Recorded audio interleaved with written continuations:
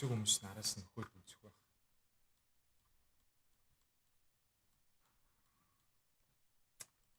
За.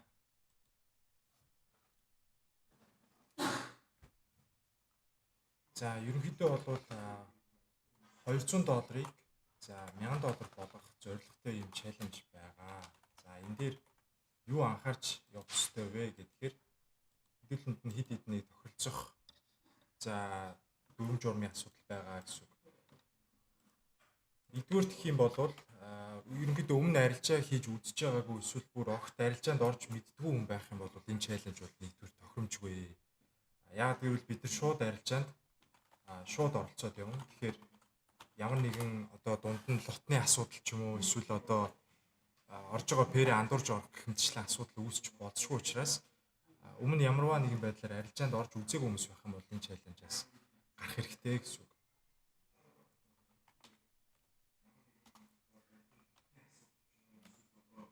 За, хоёрдугаар гэх юм бол ерөнхийдөө би адилхан бас өөрийнхөө дансыг $200-оор цэнэглээд явах учраас энэ дээр ямар нэгэн маргаан үүсэх бол боломжгүй. Тэгэхээр $200-ыг миний дансандаа цэнгэлсэн $200 маань $1000 болсон тохиолдолд энэ челленж дууснаа гэсэн үг. Тэгэхээр ямарваа нэгэн байдлаар та өөрөө хоцрох эсвэл одоо таны аккаунт $1000 хүрээгүй байсан ч гэсэн миний өдөртөж явж байгаа та хэдтэй хамт явж байгаа данс маань $1000 болох юм бол энэ челленж дууснаа гэсэн үг. Тэгэхээр аль болох цаг тухайн үед нь арилжаанд оролцоод хэрвээ арилжаанаас хоцорсон 1-2 удаагийн арилжаан дээр хоцорсон эсвэл өөрийн одоо хариуцлагагүй байдлаас үүдсэн асуудал төр бол ямар нэгэн дахин нөхөлт сигнал өгөх ч үт юм уу эсвэл дахиад нэг сигнал 2-3 сигнал өгөх иймэрхүү боломж байхгүй гэсэн үг. Тэгэхээр яг адилхан оролтыг адил лотоор буюу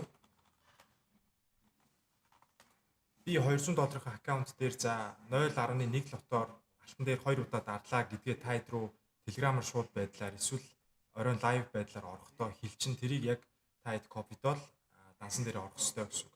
Өөрөө лотоо тааруулахгүй яг энэчнээс өгдөж байгаа лотыг тайд копидж тавина гэсэн үг. Тэгэхээр тэн дээр өөрөө лото зөрүүлж орсон эсвэл одоо пэрэ андуурж орсон тохиолдол байх юм бол энэ дээр таны аккаунтн дээр одоо дүнчин зөрөөд хэлнэ гэсэн үг. Тэгэхээр энийг маш сайн анхааралтай харнаа гэсэн үг. За, 3 дугаарт нэх юм бол челленж дууссаны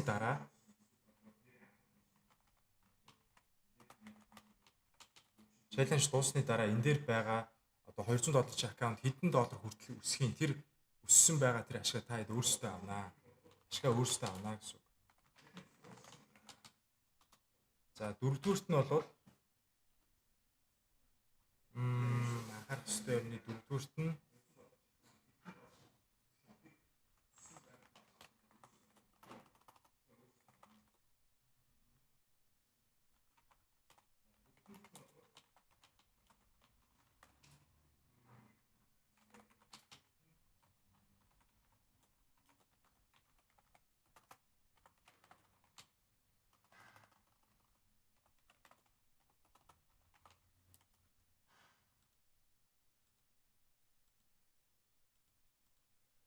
за, дөрөвдүгüүрт нэх юм бол сигналыг орой лайваар эсвэл зургаар за эсвэл текстээр гэдэг ийм 3 төрлөөр хослуулж явна. Тэгэхээр энэ дээр аль болох Telegram дээр тавигдж байгаа тухайн одоо тайд руу мэйлэр явуулсан тусдаа челленжийн групп дээр орж байгаа сигналуудыг эсвэл мэдээллүүдийг цаг тухайн үед нь хараад яг идэвхтэй оролцоод явна гэсэн үг. За, одоо жишээлбэл маргааш за одоо 2 цагийн дараа лайв явагдаж тэн дээр лайв арилжаа нэнэ гэх юм бол тэрэн дээр хоцорсон хүмүүс гэх юм байх юм бол таад өөрсдөө ингэж хоцорчно гэсэн үг. Тэгэхээр яг хизээ ямар цагаар лайв арилжаа явагдах нь тэрийг маш анхааралтай сонсоод оролцоод явахгүй бол сүүлд нь нөгөө нэг аккаунт чинь дахиад зөрөөд явна гэсэн үг. Тэгэхээр энийг бас дахиад анхаарах хэрэгтэй.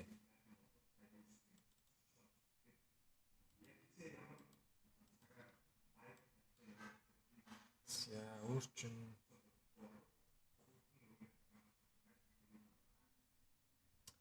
за, өөр гэх юм бол ерөнхийдөө гайгүй байна. Тэгээ ерөнхийдөө энэ дөрвөн зүйлийг сайн санаж авах хэрэгтэй. 5 дугаарт нь гэх юм бол мэдээж арилжаа учраас эрсдлийн тодорхой хэмжээний эрсдэл бол байгаа. Тэгэхээр эрсдэл дээр гэх юм бол та хэдийн одоо оруулж байгаа $200 болвол тэр чигээрээ эрсдэл гэсэн үг. Эрсдлийг дагаад энэ мөнгийг оруулж ийна гэсэн үг. Ямарваа нэгэн байдлаар одоо чаленж маань буруугаар иргэх эсвэл одоо алдчихж байгаа тохиолдолд та хэдийн $200 болвол эрсдэлд орж ийна гэсэн үг. Ямар ч эрсдэлгүйгээр одоо 100% баталгаа өгч бодвол энэ чаленж буюу чаленж гэдэг чинь өөрөө ямарваа нэгэн байдлаар сорилт гэж явж байгаа учраас мэдээж эрсдэл бол тодорхой хэмжээгээр байгаа. Гэхдээ эрсдэл нь бол харьцангуй бас гайгүй одоо $200 эрсдлийг хүлээж байна гэсэн үг.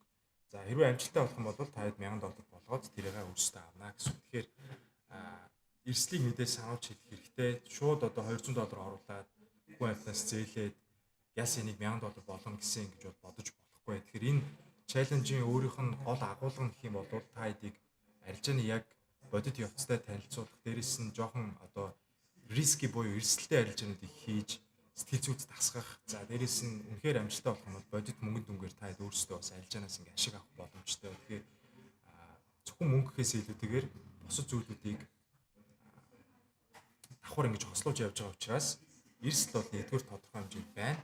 Хоёрдугаар та хэд сэтгэл зүйд бас эрсдэлтэй арилжаануудыг хийгээд явах учраас нэлээд том цохилт болж одоо энэ арилжааг барих уу, хаах уу гэдэг эргэлзээнүүд бий болно. Тэрэн дээр тодорхой хэмжээний туршлага суун. За 3 дугаар гэх юм бол яг бодитоор рил мөнгөн дээр арилжаад явхаар бас ямар өөрчлөлтүүд өөр төр чинь гарч ийн гэдгийг сайн мэдэрч авах хэрэгтэй гэсэн үг. За тэгээ эдгээр 5 зүйлүүдийг сайн анхаарад нэг асуудал гарсан. Тэр нь юу вэ гэхээр Telegram группүүд маань алга болсон. Тэгэхээр та хэд рүү одоо өмнөх чаленжд оролцох хүмүүс рүү линк явуулаад энэ групп руу ороорой гэж явуулсан бол та хэд рүү өнөөдрөөс хойш дахиад шинэ групп нээгээд тэр группийн линкийг өгдөнө гэсэн үг. Аль болох яаралтайгаар маргааш нөгөөдөртөө багтаагаад линкүүдийг хүргэж учраас шинэ групп руугаа дахиж орох нь байна шүү.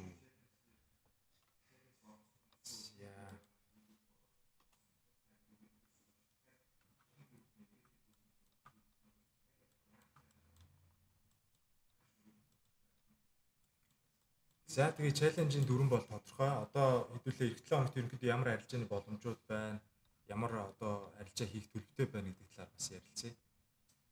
Нэгдүгээр гэх юм бол USD хослуудаас USD GPY хослыг бол нэлээд сайн харах хэрэгтэй. USD GPY дээр бол эх 7 хоногт дандаа болж өгвөл дээшгээ арилжаануудыг хийх төлөвтэй байгаа.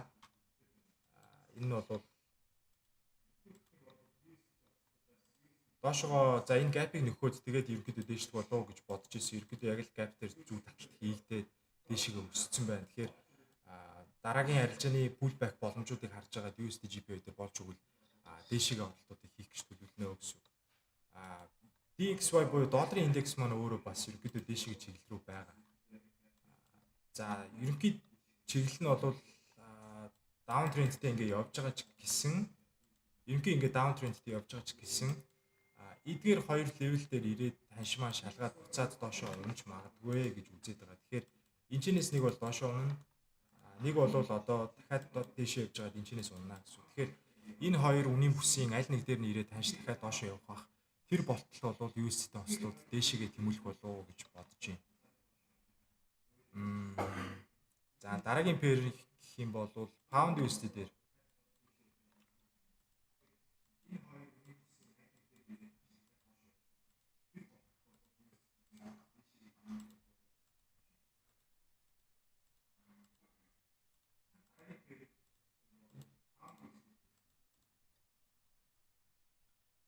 за би Instagram дээр бас линк тавих юм шүү.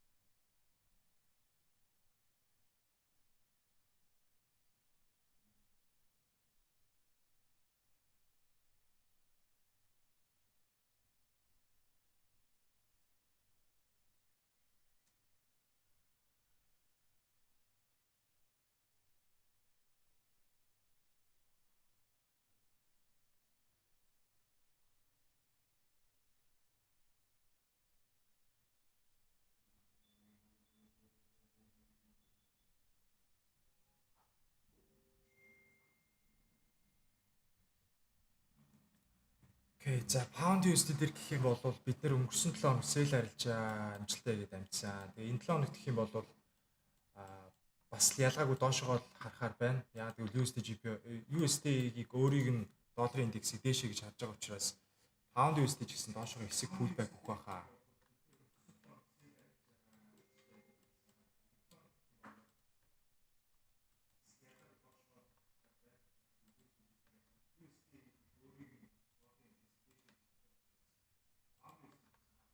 За энэ weekly-гийн үүссэн байгаа энэ gap руу очтол ерөнхийдөө pound USD-г бол доошоо pullback өгнө гэж хараад байгаа. Тэгэхээр магадгүй нэгд өдрийн хувьд дээшээ хэсэг жоохон өсч ирээд ингэж ирээд тэгээ үргэлжлээ дахиад бол доошоо уналтын тренд үргэлжлэнэ гэж харж байна. Тэгэхээр USD ослуудыг эх 7 хоногт бол дээшээ харах нь байна. Pound USD буюу XXUSD гэдэг ослуудыг бол эх 7 хоногт бол доошоо арилжих төлөвтэй байна гэсэн үг. За челленжийн явцад бол ер нь дандаа major хослууд буюу Euro USD, Pound USD, USD CAD, USD franc зэрэг хослууд дээр арилжаа хийгдээд явна. За голцоо баг алтан дээр арилжаа хийж таах болов. Тэгэхээр бусад одоо энэ minor хослуудыг бол нэг хайхтар харахгүй байгаа. За алтны хувьд харъя. Алтны хувьд гэх юм бол битэд доошоо арилж байгаа бол алдчихсан. Тэгэхээр энэ 7 хоногт бол дахиад хэсэг дээшээ өсөлт үзүүлж гарч ирээд за энэ үнийн бүс хавьяас дахиад доошоо тренд үргэлжлээ дахиад доошоо явах байх гэж миний хувьд бодож байна. Тэгээ ерөнхийдөө бидний таргет бол энэ доошоо weekly candle-ны gap зэг хүртэл бол ерөнхийдөө дахиад алтыг бол доошоо pullback үргэлжлээд явах байхаа гэж харж байгаа. Яг одоо үүссэн байгаа энэ даун тренд рүү чиглэлсэн байгаа энэ хөдөлгөөнийг бол нэг мөсөн одоо энэ оройгоо сэтэлтэл бол бид нар алтыг үргэлжлүүлээд доошоо л харнаа гэсэн. Тэгэхээр ямар нэгэн байдлаар алтыг бол тренд сүрж орохгүй одоо байгаа энэ трендтэйг ажиллаад бид аль болох доошоо чиглэл рүү гараад арилжаад явна. За өөр чинь USD franc-ийн хувьд гэх юм бол бас л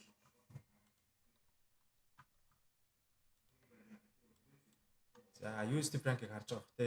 Ер нь 7 хоногийн demand zone дээр бол ирчихсэн. За тэгээд ерөнхийдөө энэ бол үнийн сонирхлын бүс гэж хэлж болно гэсэн үг. Тэгэхээр энэ чинээс бид нар гол нь дээшээгээ чиглэлтэй арилжааг барьж авахын тулд эхлээд бид нарт нэгдүгээр баталгаа хэрэгтэй. Баталгааг бол 4 цаг дээр эхлээд бол авцсан зүгээр. Тэгэхээр franc-ыг бол дээшээгээ нэлээ ингэж өсөлт гарч ирээд доошоо pullback хийх үед энэ чинээс дахиад дээшээгээ оролт хийх гэж үзэх байх. Тэгэхээр ер нь л USD ослоод эх 7 хоногт дандаа дээшээгээ арилжаа хийх баха. Тийм байна. Тэгээд челленжийг ойлгоогүй, челленжтэй холбоотой ямар нэгэн асуулт байвал манайхаа комментэн дээр бичээрэй.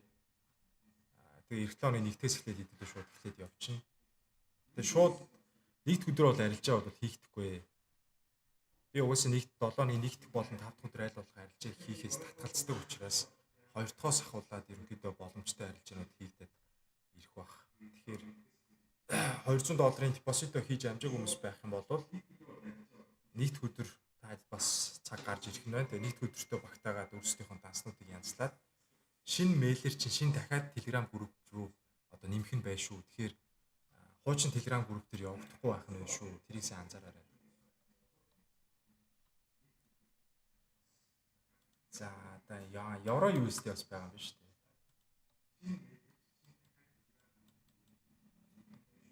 Euro USD бол дахиад доошоо үргэлжлэх байхаа. Энэ ингэж явах байх.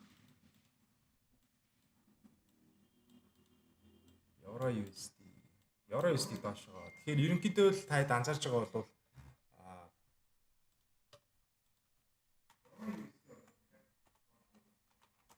USD гэдэг хослууд бол дээшээ байх нь шүү дээ. Бишээ даун авах нь шүү дээ. За USD болон бусад пэрүүд бол ерөнхийдөө байх нь байна гэдээ ойлгочих хэрэгтэй гэсэн. Тэгээ бидний эх 7 хоногт харах пэрүүд Euro USD байна, алт байна, USD GPO байна. Энэ гурван пэр дээр төвлөрөөд арилжаа бол хийгднэ. Copy trade гэж ойлгоод байгаа зүг үү гинэ. Copy trade бол биш ээ манайхан. Би copy trade хийх бол чинь данс манстайгаа бол биш шүү дээ. Тэгэхээр та хэд арилжааны туршлага суулгах гад хамтдаа хөгжиё гэд цуг уриалж явж байгаа учраас та хэд миний хийж байгаа арилжааг яг л өөрсөн дээр хуулаад оруулнаа гэсэн үг. Яг copy trade бол биш. Гэхдээ ер нь та хэд миний арилжааг хуулаад явна гэсэн үг. Copy trade гэдэг чинь таны дансыг би өөрийнхөө данстай холбоод ямар нэгэн таны оролцоогүйгээр арилжааг хийлээд байгаа байхгүй. Тэгэхээр тийм зүйл бол биш. Та хэд өөрсдөө MetaTrader руу орж одоо арилжааргаа орно. За өөрсдөө дотоо бас оруулна. Тэгэхээр copy read бол биш. Би та хэдэд юу өгөх вэ гэхээр за Telegram group дээр юм уу оройн одоо live байдлаар за Euro USD дээр short арилжаа нээлээ. SL-ийг одоо тэд дээр тавилаа, TP-г тэд дээр тавилаа. Тэдэн л лотоор орлоо. За тэрийг л би та хэдэд харуулна. Тэгээд хамтдаа цуг тэр арилжааг хийн. Та хэд намайг дуурайгаад орчин. Тэгэнгүүт тэр арилжаа хэрвээ TP авсан бол амжилтаа дуслаа гэсэн. Тэгээ би яг өөрийнхөө аккаунтыг нэгд өдрөөс бас ялгаагүй $200-аар цэнэглээд одоо энэ аккаунтаа $200-аар цэнэглээд за тэгээ тайттай яг адилхан эхэлнэ гэсэн. Тэгэхээр тэр $200 аккаунт $1000 хүрэхэд челленж маань зогсноо гэсэн. Амжилтаа болсон гэж үзнэ. Яагаад гэвэл би орж байгаа 100 гаруй хүний тэр болгоны аккаунтыг бол хараад гэрлээд явах боломжгүй. Тэгэхээр яг л өөртөө адилхан орж байгаа гэж ойлгоод өөрийнхөө орж байгаа оролтуудыг та хэд рүү явуулаад тэгээд та хэд амжаад тэрэнд орох ёстой. Эргээд би аккаунт маань $1000 болчих юм бол челленж маань дуусна гэсэн. Тийм энгийн байна.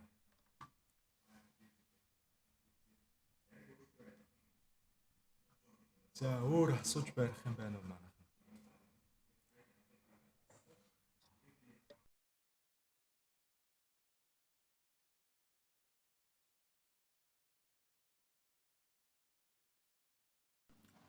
За тэгээд нэг юм асуудал гарч магадгүй юу вэ гэхээр би одоо жишээлбэл Euro USD дээр яг ийм оролт хийлээ гэдгийг та хэд рүү сигналаар Telegram group руу явуулчихна.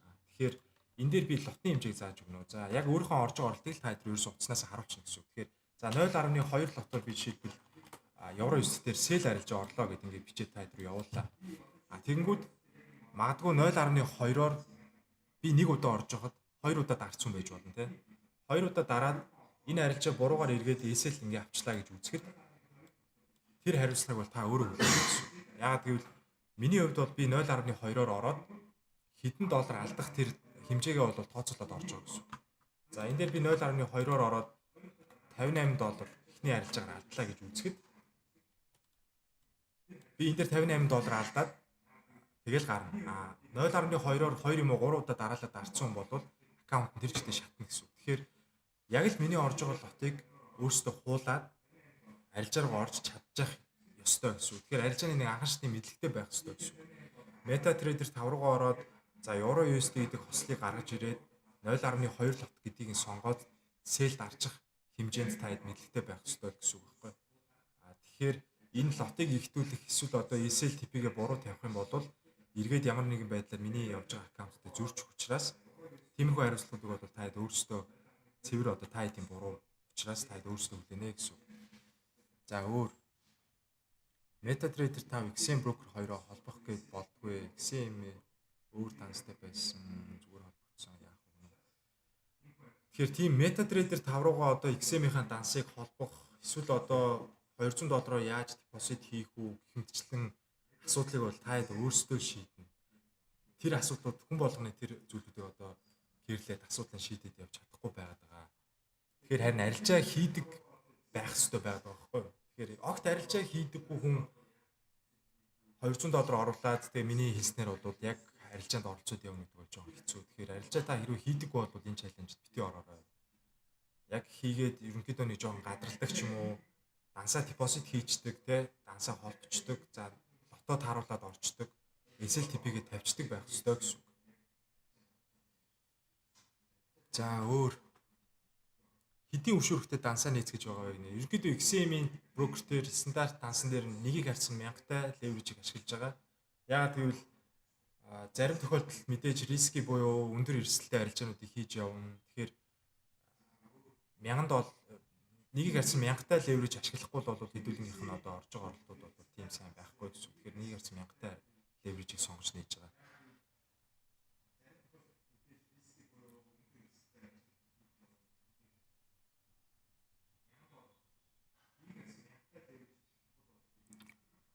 За 3 хүний суудлал бол дүүрцээ. За $1000 хүрээд бол чаленж дууснаа. Тэрнээс хойш одоо хэд хүртэл явна гэсэн тийм бол байхгүй. Миний одоо тайдтай адилхан цэнгэлсэн $200 аккаунт $1000 хүрэхэд тэгээ чаленж дууснаа гэдээ ойлгож хэрэгтэй гэсэн.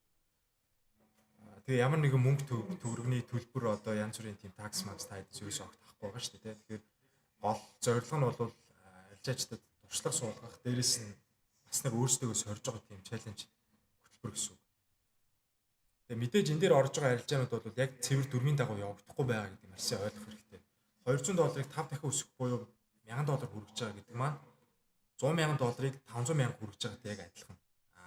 $1000-ыг бас 5,000 болгож байгаатай яг адилхан 5 дахин өсөж байгаа байхгүй. Тэгэхээр энийг хийхийн тулд яг нормал буюу үндсэн аккаунтн дээр явдаг тэр дүрмийг баримталж би арилжаа хийхгүй байгаа. Өөрсдөө сорж байгаа чаленж гэдгийг маш сайн санах хэрэгтэй. Тэгэхээр өндөр ашиг дагаад өндөр эрсдэл ирдэг учраас бас эрсдэл тодорхой хэмжээгээр хүлээн та хэд өөрсдөө $200 сэргийлж байгаа тэр мөнгө чинь та хэдийн эрсдэлд оруулж байгаа мөнгөө гэсэн үг.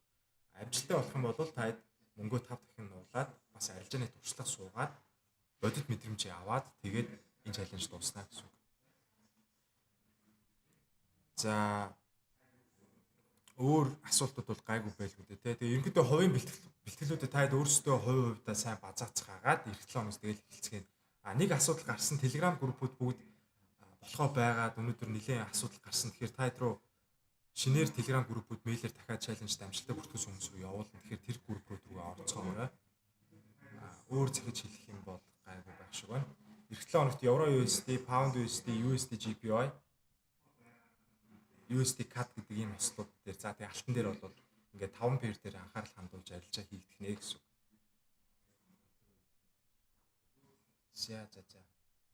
За тэгээ тийм байна. Өөр асуултууд гайгүй байх гэж найдаж байна. Тэгээ бүгдээрээ XM-ээс олгож байгаа нөө 100% бонусуудаа бүгдээрээ авсан баг. Тэр бонус ямар учиртай вэ гэхээр биднэрт олгож байгаа кредит бонус буюу бидний арилжаанд нэмэр болж байгаа гэсэн үг. Түүнээс биш яг та дахиад мөнгөтэй адилхан мөнгө 100%-аар бэлгэлээд өгöd байгаа юм бол биш.